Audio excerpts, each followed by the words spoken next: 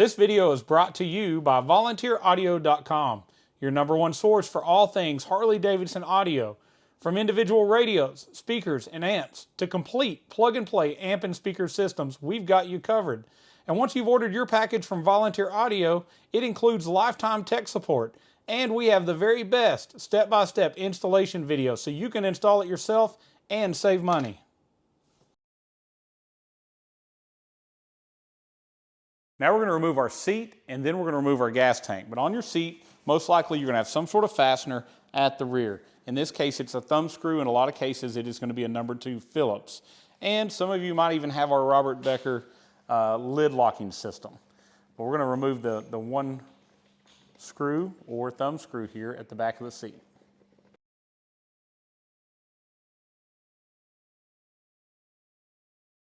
So in preparation to remove our gas tank, Robbie's going to unplug our electrical sending unit from your tank. Just follow it down, along with this overflow vent tube.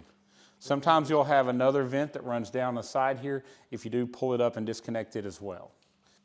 All right, so Robbie's going to remove our quick disconnect on our fuel line. Simply slide that little silver sleeve up.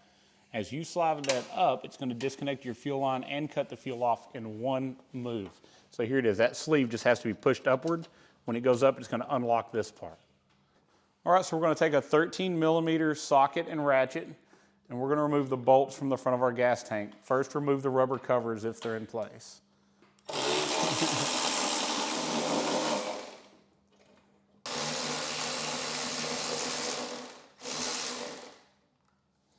All right, so last, we're going to remove our 2 bolts at the rear of our gas tank.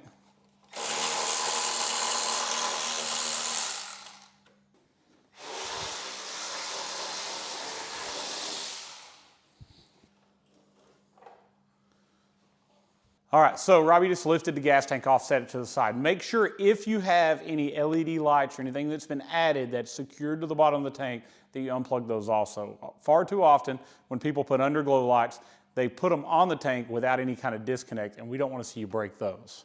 All right, so next step, we're going to remove this backbone cover to get access to our wiring. This is where we're going to run our new power and ground wire back to our battery. Normally, there's going to be maybe a zip tie or 2 wrapped around it, maybe even some Tessa tape that you're going to have to cut.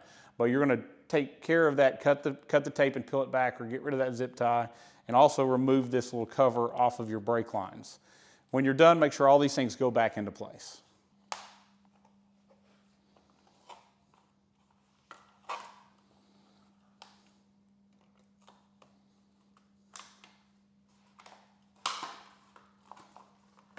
So there's little plastic clips on the edge.